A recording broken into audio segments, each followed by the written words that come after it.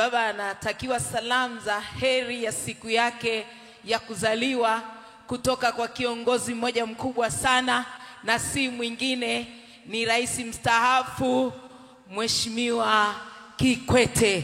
Kwa hiyo simu imepelekwa pale. Kwa hiyo ni jambo la furaha sana. Yuko anataka kuingia kwenye ndege, kwa hiyo anaongea naye mara moja, anamtakia heri kwenye siku yake ya kuzaliwa. Habari yako? Hongera sana. Nashukuru sana mheshimiwa. Habari za huko nchi za mbali?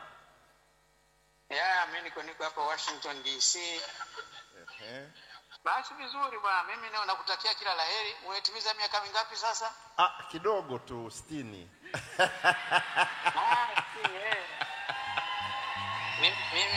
Mimi Oktoba mwaka huu nitakuwa natimiza 75 inshallah.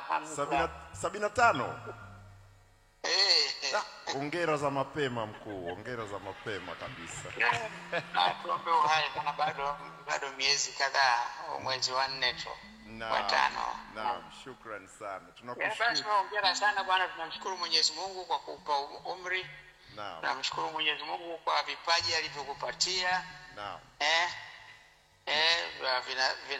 Kwa huduma unayoitoa kwa wanadamu. Ndio. Basi mimi nikuombee tu kwamba uendelee kutoa hiyo huduma vizuri.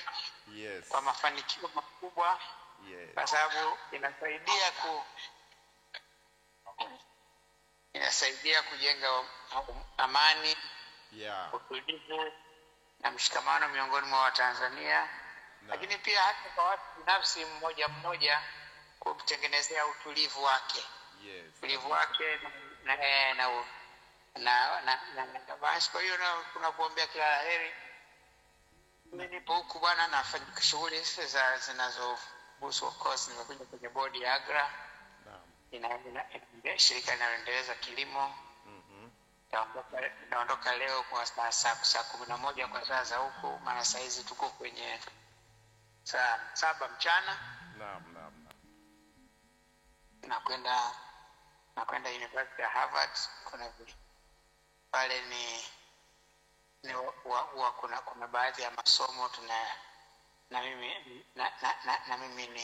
ni mshiriki ya mafunzo kwa mawaziri. Yes. Basi mimi ni mshiriki nikitoa na mimi mchango wangu na uzoefu wangu ili kusaidia mawaziri waweze kutimiza majukumu yao vizuri na kwa ufanisi. Ni mawaziri wa nchi zinazoendelea, Afrika, Asia na Marekani ya Kusini. Basi tutakuwa nao siku 4 pale.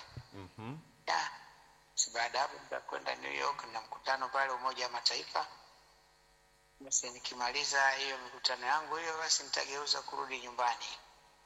Shukrani sana mheshimiwa, tunashukuru sana. Asante sana kwa baraka zako kwa shughuli yetu na hafla yetu ya leo, na tunakutakia kila laheri na baraka katika kufanikisha mambo yote yaliyoko mbele yako. Naona iwe heri kwetu sote, na wewe shughuli zako zifanikiwe, nchi yetu iweze kuwa na utulivu, iweze kuwa na amani, watu wetu waweze kuwa na umoja na mshikamano bila kubaguana kwa rangi zao, kwa makabila yao au kwa dini zao, kwa sababu sisi wote Mungu wetu ni mmoja tu. Kabisa. Hakuna ambaye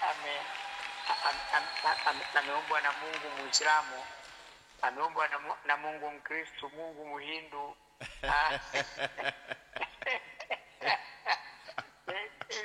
Hizi dini zote ni namna pia, ni dini tu, kila mmoja amechagua namna ya kumwabudu huyo aliyetuumba.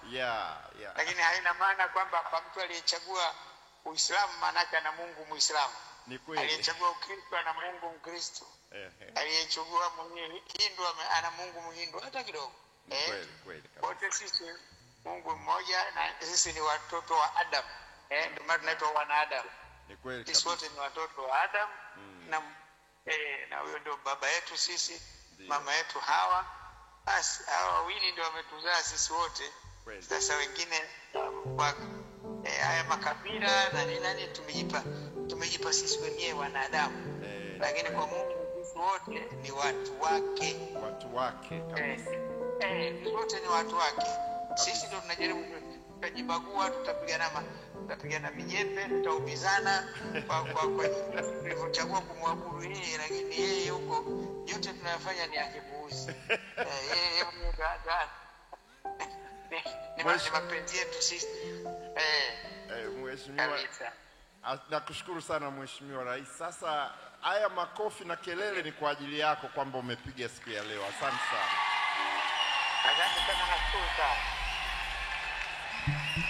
Asante sana Mheshimiwa. Basi nashukuru bwana, nakutakia sherehe njema.